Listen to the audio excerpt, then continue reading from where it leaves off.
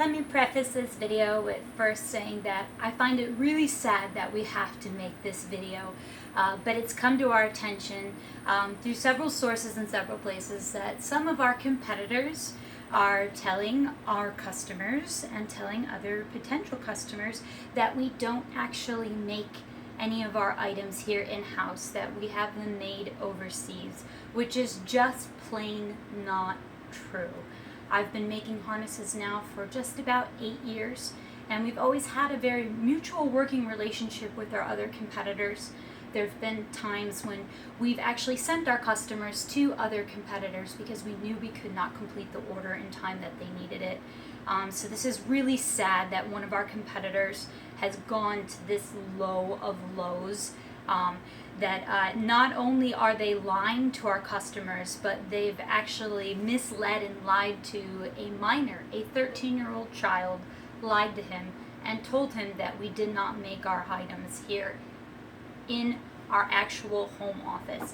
So this little video is just going to be a quick little video to show you guys my office and how I do things, and to show you guys that I do in fact make everything here. Everything that gets sold through our Etsy shop passes my hands.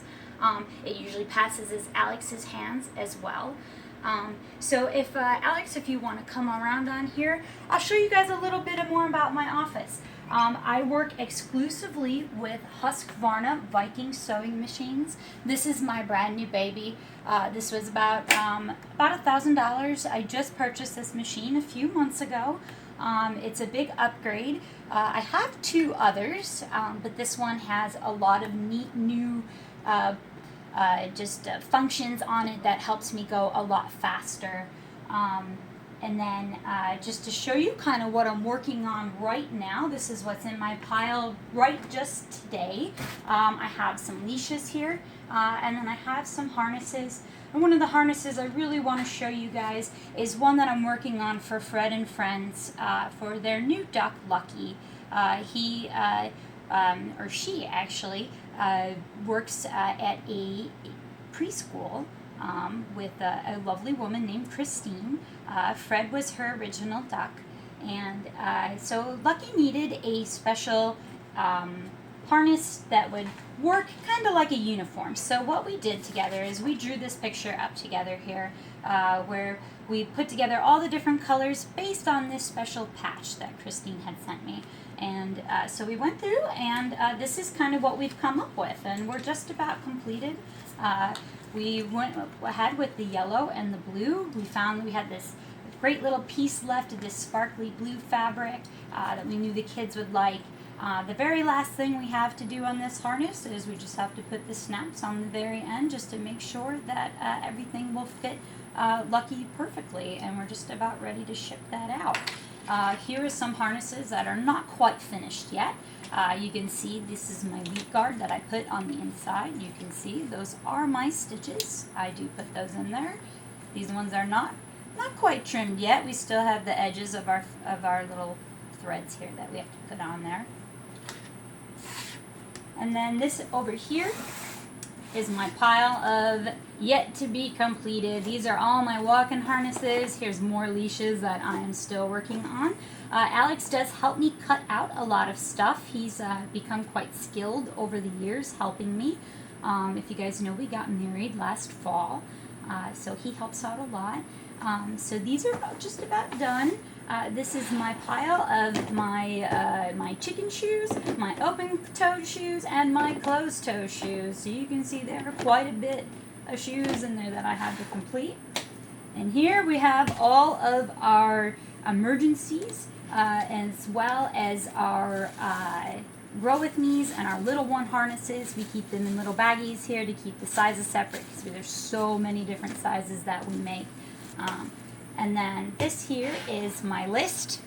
This is everything that I work on. This is just my harnesses that I work on from day to day.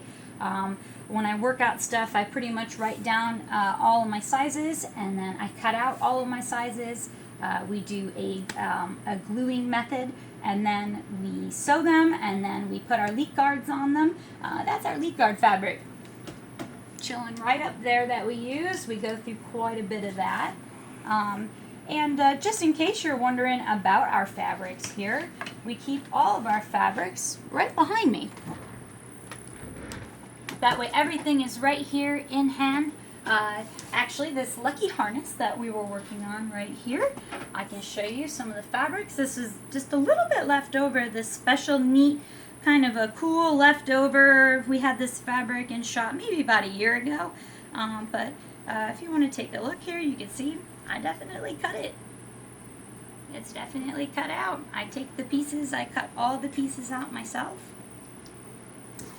I keep all my blues in one, I keep all my yellows and my pinks in another, so there's the yellow that we use there. This is where I keep a lot of my miscellaneous extra pieces that hopefully maybe one day will make it into clearance harnesses. There's my neutrals. These are my clearance and sale fabrics. Up here we have some more of some of my cool prints. These are typically my slightly older prints here. And then here are my newest of my fabrics. Some of these may not even be up yet on the website. Sometimes we kind of go through these a little bit by little bit. And then as we need to replace fabrics as we run out, then we take from there. And then here is my special fabrics. These are my fabrics that are not quite available yet. These are all ones that will be available for cool stuff. I know there's some fun sparkly stuff we're going to be doing later. There's some holiday prints you guys are going to be seeing in the near future. And some, so there's lots of very cool stuff in there. So obviously, if I made these harnesses overseas, why would I have thousands upon thousands of dollars of very expensive fabric just sitting in my office? Obviously, it's here because I use it. We would like to go ahead and we'd like to show you just these screenshots then that we did see.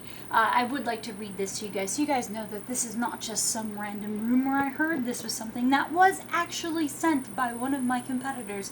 This is pretty low, but she pretty much had said we can do almost anything. We make our own ourselves. We might need to get fabric, or sorry, I know she doesn't take returns. It's true, we don't take returns because we make a lot of harnesses and because we have so many different types of fabrics. Everything is so custom made that I can't return something because the likelihood of somebody else ordering the exact same size and same fabric is pretty low. But she said we don't have everything she has because she has them made elsewhere. We will try to do what we can, though. You can call Alan, and then I blocked out the number there just to be, polite with any questions. And then when the person says, wow, she doesn't make them, because that seemed pretty outrageous, she had said, no, they come out of country somewhere. I don't know exactly where. I've been doing them since 1995. I do all the sewing myself. Guess what? I do all my sewing myself as well.